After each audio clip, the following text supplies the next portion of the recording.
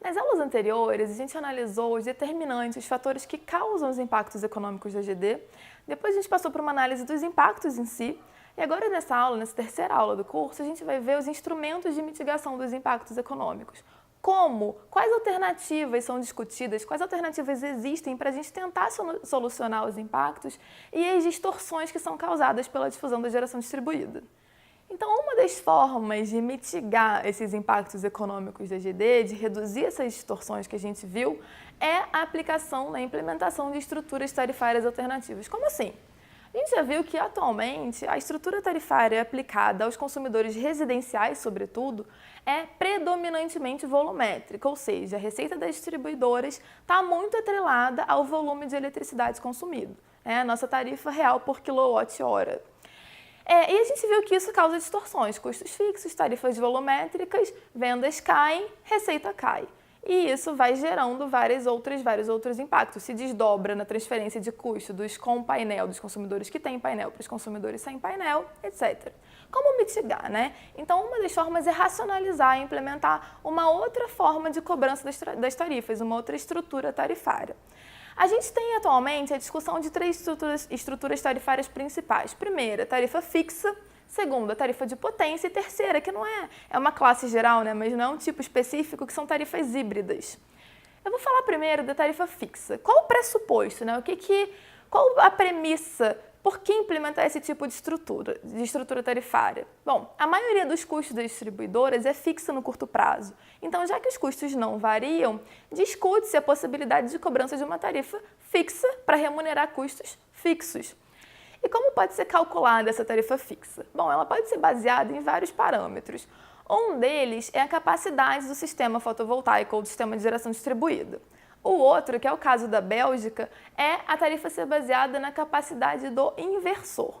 E a terceira possibilidade, de muitas, né? Com certeza existem outras, mas uma terceira é basear a tarifa fixa no tamanho do disjuntor. Bom, ok, parece fazer sentido, né? Tarifa fixa, custos fixos, mas existem possíveis impactos negativos desse tipo de tarifa. Por exemplo, consumidores de baixa renda, por exemplo, podem pagar uma tarifa fixa igual à tarifa paga por um consumidor com renda mais alta. Isso é justo? Então, existe uma discussão sobre a justiça da cobrança desse tipo de tarifa. A outra é a cobrança desse tipo de tarifa, o impacto disso nas medidas de eficiência energética. Porque se você paga uma tarifa que é puramente fixa, né, se todo mês você vai pagar a mesma tarifa, como é que você vai ter sinalização ou incentivo para reduzir o seu consumo? Então, a tarifa fixa, ela parece fazer sentido em um primeiro momento, mas ela sozinha teria vários impactos negativos, dentre esses que eu falei agora.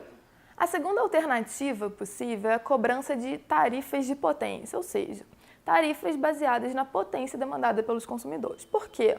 Um dos pressupostos usados nesse tipo de estrutura tarifária é de que o investimento na infraestrutura da distribuidora é baseado na carga de pico projetada, ou seja, a distribuidora faz uma projeção de carga, olha a carga máxima que ela vai ter que atender em determinado período e ela vai dimensionar a rede, vai fazer uns investimentos na rede para tornar essa rede capaz de atender essa potência de pico que vai ser demandada. Bom, então as tarifas de potência elas seriam baseadas na carga de pico demandada pelo consumidor, já que é essa variável, né, que vai ser usada, que é usada para calcular os investimentos, os custos das distribuidoras. No caso do net metering, a tarifa de potência poderia refletir muito melhor os custos que as distribuidoras incorrem, que as distribuidoras têm para atender esses consumidores, para fornecer a rede, né, para fornecer o serviço de rede para esses consumidores. Um parâmetro muito importante para a definição desse tipo de tarifa é a duração do período de medição da demanda de pico. Por quê?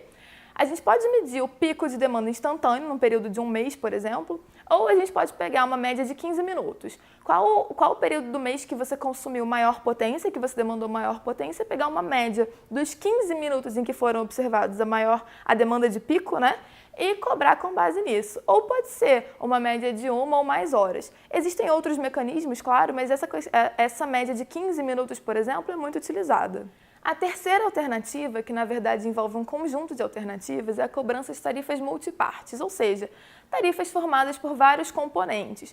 A gente viu, por exemplo, a tarifa de potência, fixa e volumétrica. A gente pode ter tarifas que combinam esses componentes, os 3 ou 2, enfim, de formas alternadas, né, formas variadas.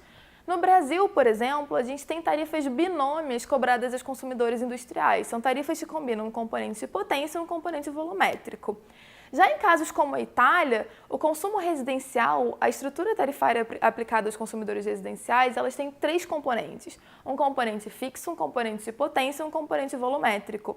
Por quê? Bom, a gente viu que cada tipo de tarifa fixa, por exemplo, tem os contras lá, né? A possibilidade de gerar distorções. A tarifa de potência também tem suas vantagens e desvantagens. A gente pode combinar essas tarifas para formar uma estrutura tarifária mais racional. Qual o problema disso? Quanto mais componentes, a tendência é que fica uma estrutura tarifária mais difícil, mais complexa de entender, né? Então, o consumidor vai receber uma conta e vai ver lá cobrança por quilowatt-hora, cobrança por kilowatt, talvez uma cobrança fixa, né? Real, puro, por mês. Então, o problema, né, a dificuldade um pouco da aplicação desse tipo de estrutura tarifária, de tarifas mais complexas, é isso, a dificuldade do entendimento, da interpretação. Mas são tarifas muito possíveis, muito usadas no mundo todo, né? Como eu falei, a Itália, tem outros países também que aplicam tarifas binômias ou formadas por 3 componentes aos consumidores residenciais. Então, é uma possibilidade. A gente pode pegar vários componentes e juntar numa mesma estrutura tarifária. Por fim, a gente tem a questão do decoupling, que é uma outra forma discutida para mitigar os impactos da GD. O que é o decoupling? Qual o objetivo? O objetivo é blindar as distribuidoras contra o risco de mercado, ou seja, o risco dela ter a receita dela reduzida em função de variação de queda do mercado. Por quê? Como a gente já viu, a tarifa volumétrica, com a redução do volume de venda de eletricidade, a receita das distribuidoras cai. Esse é o risco de mercado. O decoupling, a ideia dele é fazer esse descasamento. Ele vai desacoplar a receita da distribuidora do tamanho do mercado. Então, a receita vai deixar de ser dependente do mercado, do volume de vendas. E qual que é a forma de aplicação do decoupling? Bom, primeiro a gente tem aqui o processo normal de cálculo de uma tarifa volumétrica. Receita requerida, estimativa do mercado, com base nisso calcula-se a tarifa. O que o decoupling traz de novo em relação a isso que a gente já viu, né?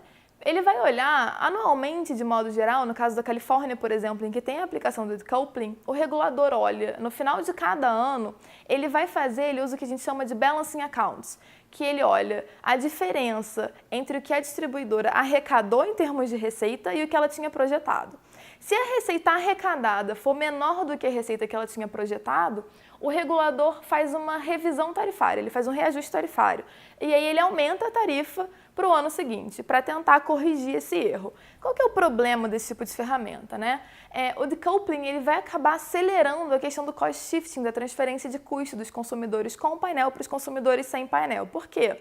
Se anualmente ele vai ver o déficit de receita das distribuidoras em relação à receita requerida, então anualmente vai ter um processo de aumento tarifário.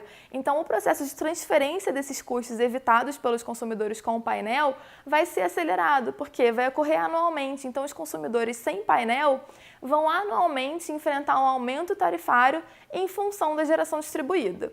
Então, os reajustes tarifários, nesse caso de aplicação do decoupling, eles são muito mais frequentes, o que pode ter um impacto negativo na questão da alocação, da distorção alocativa, né, que a gente falou anteriormente.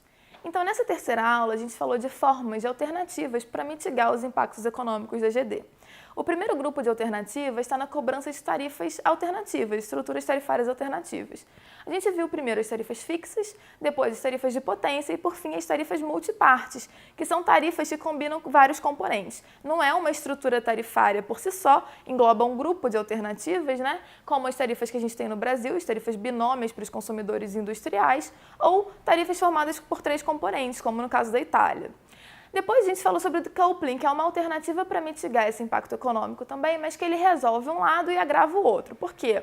Ele restabelece o equilíbrio econômico-financeiro das distribuidoras, ele garante que a perda de receita, ele garante esse ajuste, né, mas ele agrava a questão do cost shifting, a transferência de custos entre os consumidores com painel e sem painel. Então, se por um lado ele resolve a questão da distribuidora, por outro ele vai ter um impacto negativo na questão da distorção alocativa. Então, é uma alternativa aí que deve ser considerada e pesada, porque apesar de resolver de alguma forma o problema, ela agrava por outro lado. Então, ela resolve apenas parcialmente aqui o impacto que a gente está tratando.